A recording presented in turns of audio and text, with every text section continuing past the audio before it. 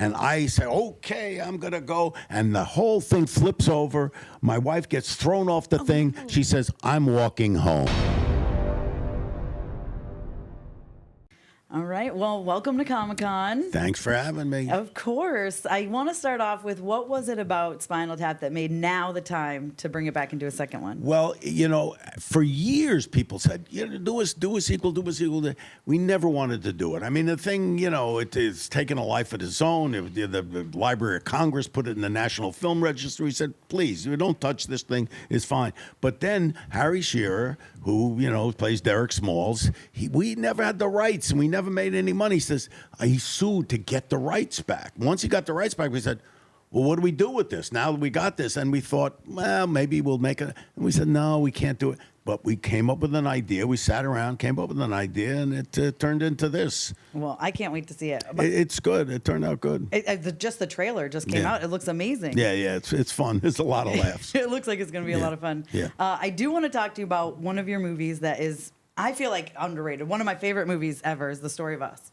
Oh, yeah. I love that movie. Yeah. I watch it at least a couple times a year. I cry every time. Wow. Especially this last time I watched it, I'm like, I really thought about Bruce Willis. Can you talk about making that movie? Well, it's interesting you bring that up because The Story of Us is all about a couple. Everybody used to say, well, do a sequel to When Harry Met Sally. And I thought, no, I don't. I did that, but the idea of what happens to a couple who are in love, who get married, and in this case was 15 years later. What actually happens to people? And so I wanted to do that, explore that, and it's been used in marriage therapies and couples therapies. They use that film to talk about this is what happens to people. And so it was a great experience. I mean, it's Bruce Willis and Michelle Pfeiffer play the couple. And I love Bruce. I had great experiences with him. I did that and another movie with him.